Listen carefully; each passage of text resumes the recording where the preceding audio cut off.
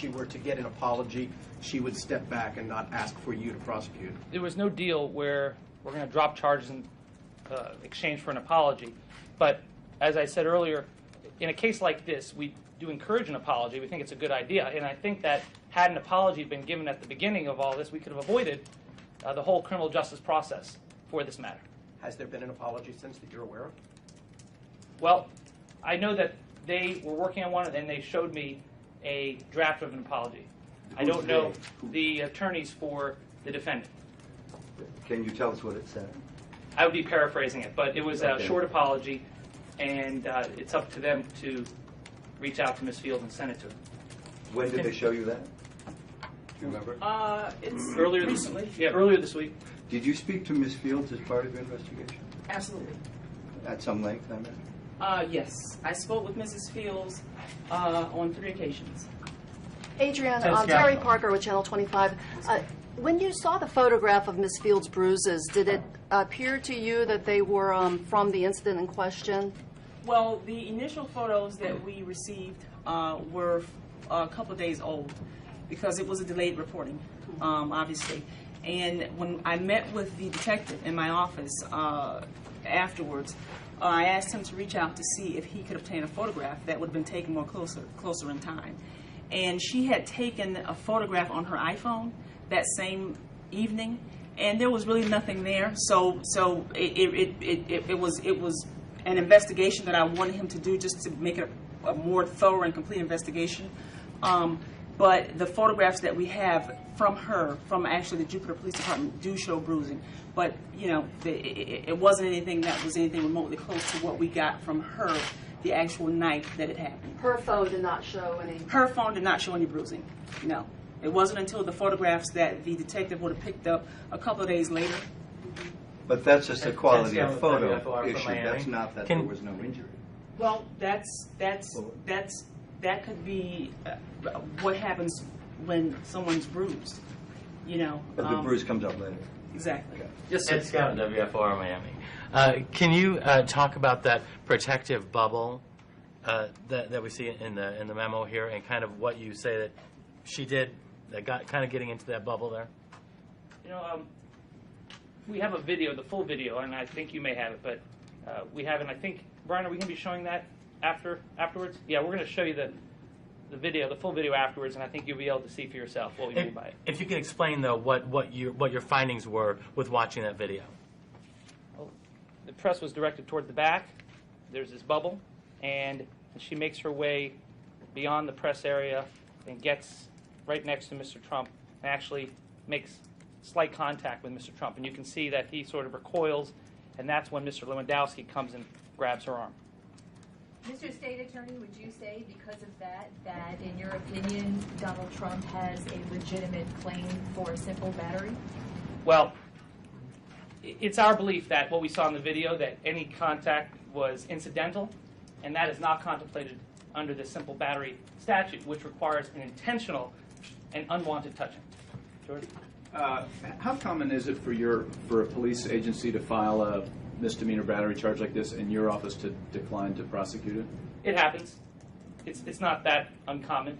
We review misdemeanors that come in, charges that are filed by police agencies, because we ethically have to make a decision whether we have a good faith basis to prosecute or whether there's reasonable doubt. If we know in advance that reasonable doubt exists and we're not going to be able to get a conviction or even beyond a judgment of acquittal by the judge, we can't ethically file those charges.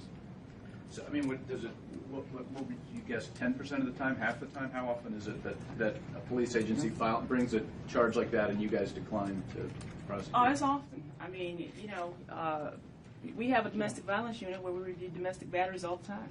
Right. And, instead of them actually arresting the person, they will present us with a filing packet, in which case we would have to then review the case. And a lot of those cases are not filed, as in this case. And by the way, when she says often or a lot, it's far from a majority. It's the clear minority of cases. Okay. And did you talk to anyone with the Secret Service directly about the protective bubble or about this incident? No, sir. It was an affidavit from a FBI agent, but no. And your conversations with Ms. Fields, were they in person or on the phone? Or? They were on the phone. Okay. I'm curious, in some parts of the country, a district attorney is appointed. Here in Florida, state's attorney is elected. Did you have any outside political influence on your decision here, and how are you registered yourself? None. And my political affiliation and my political leanings are all very public, but they don't come inside this office. This is an apolitical office. We're all elected with a political party affiliation. But once you get to this office and work as state attorney, you're a state attorney for everyone, and you have to run the office in a nonpartisan manner. And as proof, for example, I have 3 chief assistants who are here today. I've got Brian Fernandez, who's a registered Republican, Al Johnson, who's a registered Democrat, and Adrian Ellis, who's no party affiliation. And you? Well, it's public. I'm a registered Democrat. Did you get a phone call from Donald Trump's campaign directly? Did Donald Trump try to contact you directly? Mr. Trump did reach out to this office. And who did he speak to? He spoke to a few of us, the chief assistants and me. What did he say? He said that he gave his version of the facts and his opinion of the case, and then urged us to do the right thing. What was his version of the facts? Well, I mean, we were on the call. The version of the facts was that she touched him, and pretty much that's it. I mean, she touched him, and he did not think that Mr. Lewandowski should be prosecuted for it. Did he say whether he felt threatened or scared or concerned? No, he just said that she touched him, and all of that is captured on the video surveillance, and you guys are going to see it.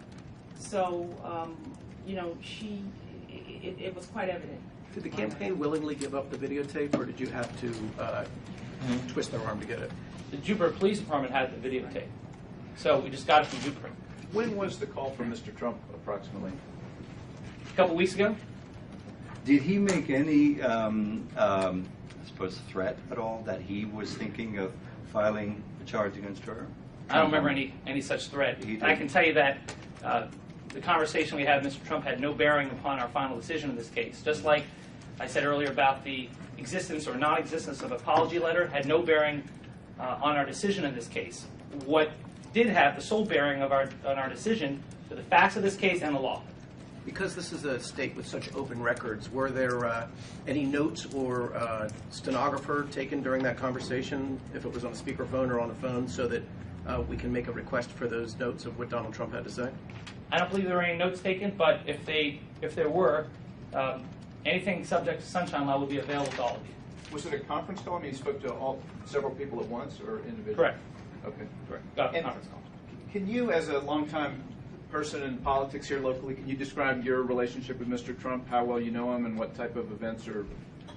Yeah, I got a kick out of the whole political angle because at first they were saying that somehow I was doing this on behalf of Hillary Clinton, and then they found out I was law school housemates, dorm mates with Ted Cruz.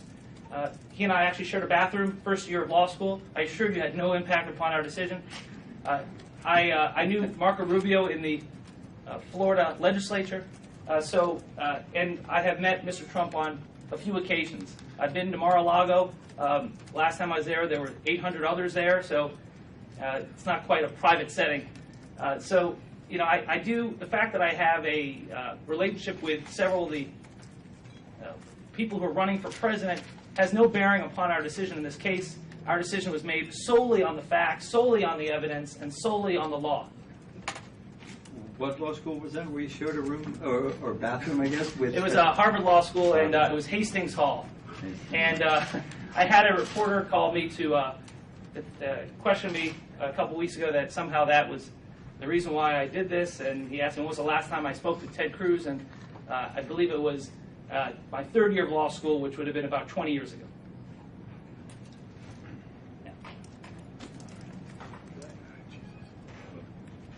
Last questions, and then we play the video if y'all are interested. Zach Fagenson with Reuters. In Ms. Ellis's memo, it talks about how sometimes campaign staff can sort of participate in assisting Secret Service as forming part of the bubble. I mean, is that written down anywhere? Is that codified anywhere? Is that just sort of an accepted practice within campaigning? I believe that came from the sworn statement from the FBI agent, whom we quote in the memorandum. On the politics side, you've made it clear that politics was not a factor in your decision, but did people try to influence you politically? No, absolutely not. Okay. Ms. Ellis, what's your first name? I'm sorry. Adrian. Adrian? Yes, sir. N-N-E at the end? Yes, sir. Thank you. And your title? I'm one of the chief assistant state attorneys. Thank you. Sure. Is there any? Okay. Here we go. There is no Okay. This is her here. You see her here? Where the green. That's Michelle Fields. Right there. And you see the agent. Let me help you out here, Kate. Let me help you out here, Kate. She's got the assistant prosecutor has a green dot that she's putting on the screen pointing out where Michelle Fields is. So you're going to watch this again, and when she hits it with the green dot, you'll see where she is. That's her there.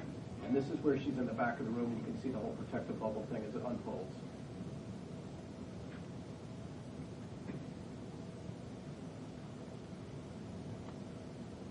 So, of course, this is a portion of the videotape that we had not seen.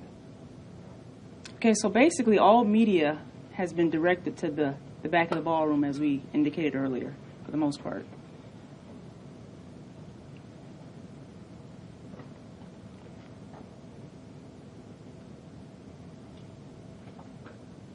Could you show us again with the green dot where she is? Just Sure. So people She's following right along there. can see where she is. Mm-hmm. And She's Mr. right there. Trump is where in Corey? She's right there. And Mr. Trump and Corey? They're still in this scrum area. That's where Donald Trump is at the top? Yes, he's still in this area here. This is her here. And so those are all the reporters at the back who've been directed to the back? Yes.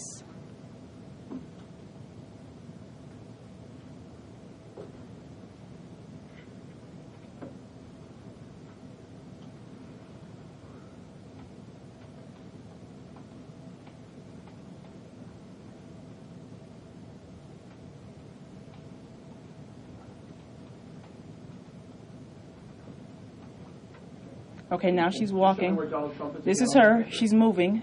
There we go. Okay, she's moving. She's now making her way back over. Now she's going in. This is when she goes into the protective area that she's not allowed to be in, basically. This is her here. This is Mr. Trump here. And Corey's behind him. Mr. Lewandowski is behind him. So here we go right here. This is where it happens. You see him pull his arm right there. That's Mr. Lewandowski there. Goes really quick, so we had to play it a few times ourselves just to capture it.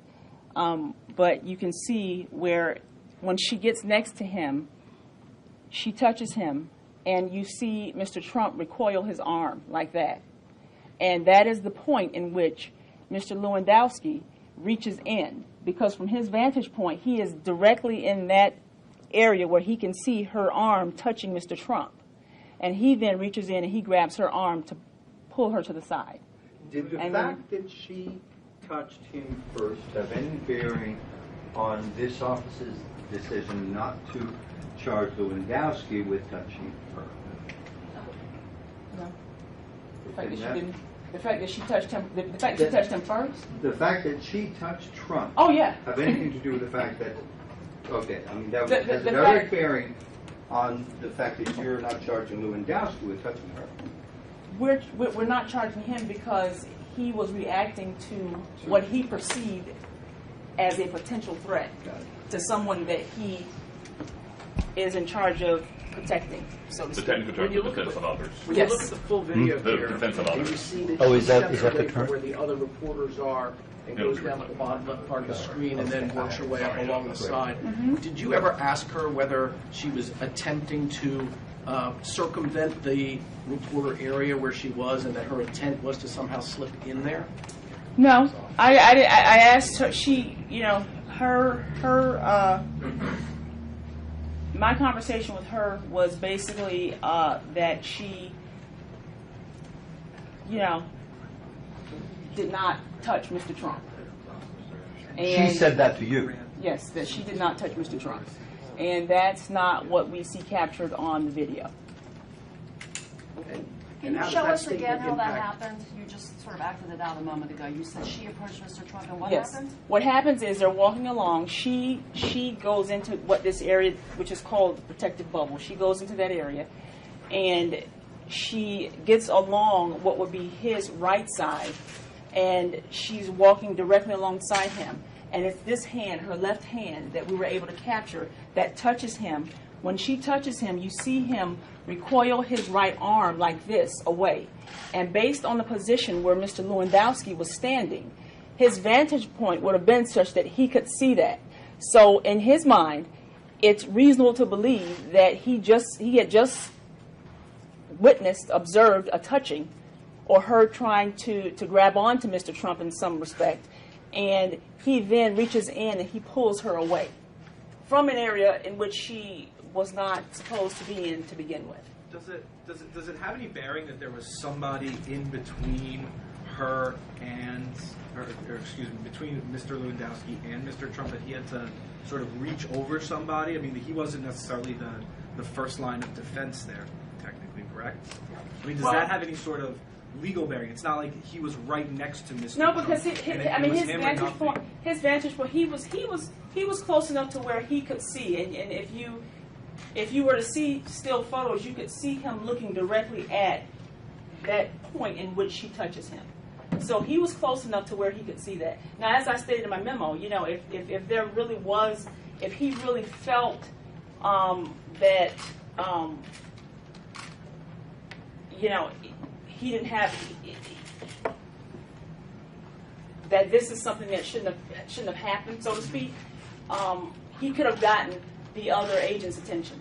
You know, that's what, however, you know, in a case like this, I think he just kind of reacted and did what he needed to do. And did he speak to you in any effect about, you know, did he feel that the other agents were, did he say the other agents didn't see it, weren't paying attention, weren't aware of it? I mean, this is what these guys do professionally, right? So it's not a campaign manager who... No, we didn't speak to Mr. Lewandowski personally, so no, he didn't tell us that.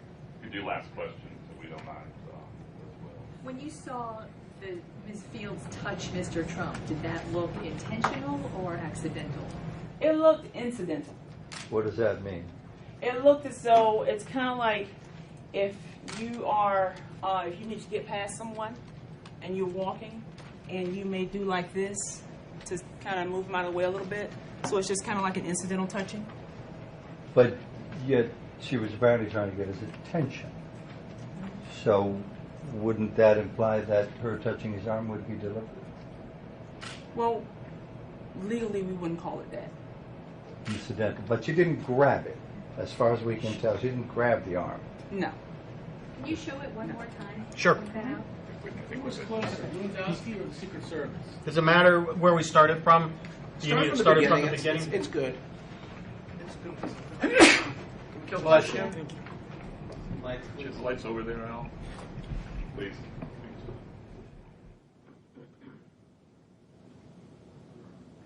And for those who are watching live digitally, is it possible to actually use your finger to point things out? Here we go. Oh, you want me to use my finger? Sure. Okay, she's going in right now. That's her walking in. That's her walking in. This is Mr. Trump here.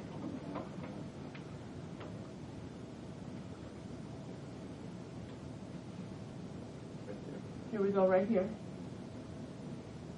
She's walking alongside him. I watch his arm. You see his arm? And this is when Corey reaches in, right there.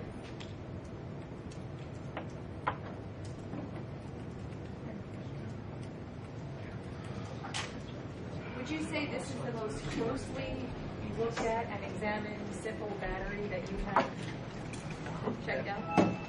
No. I've done many this close where there's a video involved. You know. If I just looking around, if anybody has any last questions, you can email them to us, and we will